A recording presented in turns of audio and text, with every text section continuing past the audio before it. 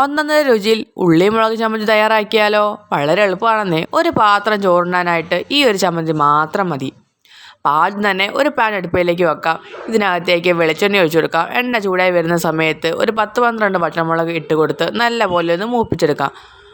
നല്ലപോലെ മൂപ്പിച്ചെടുത്ത വറ്റൽമുളക് നമുക്ക് കോരി മാറ്റാം. ഇനി ഇതിനകത്തേക്ക് ഒരു 10-25 ചെറിയുള്ളി നന്നായി തൊലിയെല്ലാം കളഞ്ഞ് കഴുകി വൃത്തിയാക്കിയത് ഇട്ട് കൊടുത്ത് നല്ലപോലെ തന്നെ ഒന്ന് വഴറ്റിയെടുക്കാം. ചെറുള്ളിക്ക് പകരം വേണമെന്നുണ്ടെങ്കിൽ സവാള എടുത്താൽ മതി. പക്ഷേ സവാള എടുക്കുമ്പോൾ ചെറുള്ളിൻ്റെ അത്രയും ടേസ്റ്റ് ഉണ്ടാവില്ല. ചെറിയുള്ളി നല്ലപോലെ തന്നെ എണ്ണയിൽ കിടന്ന് വഴറ്റി വന്നിട്ടുണ്ട്. ചെറിയുള്ളി നമുക്ക് കോരി മാറ്റാം. ചെറിയുള്ളിയുടെ ചൂട് ചെറുതായി ഒന്ന് കുറഞ്ഞതിന് ശേഷം നമുക്ക് മിക്സിയുടെ ജാറിനകത്തേക്ക് ഇട്ട് കൊടുക്കാം. അതുപോലെ നേരത്തെ മൂപ്പിച്ച് വെച്ചേക്കുന്ന വറ്റൽമുളകും ഇട്ട് കൊടുക്കുക. ആവശ്യത്തിനുള്ള ഉപ്പിട്ട് കൊടുക്കാം. ഇനി ഇതിനകത്തേക്ക് പുളിക്ക് വേണ്ടിയിട്ട് വാളംപുളി പിഴിഞ്ഞാണ് ഒഴിച്ചു കൊടുക്കുന്നത്.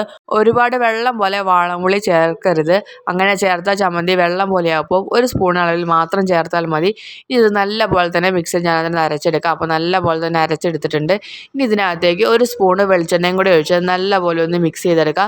അപ്പോൾ നമ്മുടെ സൂപ്പർ ടേസ്റ്റിയായ ഉള്ളി മുളക് ചമ്മന്തി തയ്യാറായിട്ടുണ്ട്.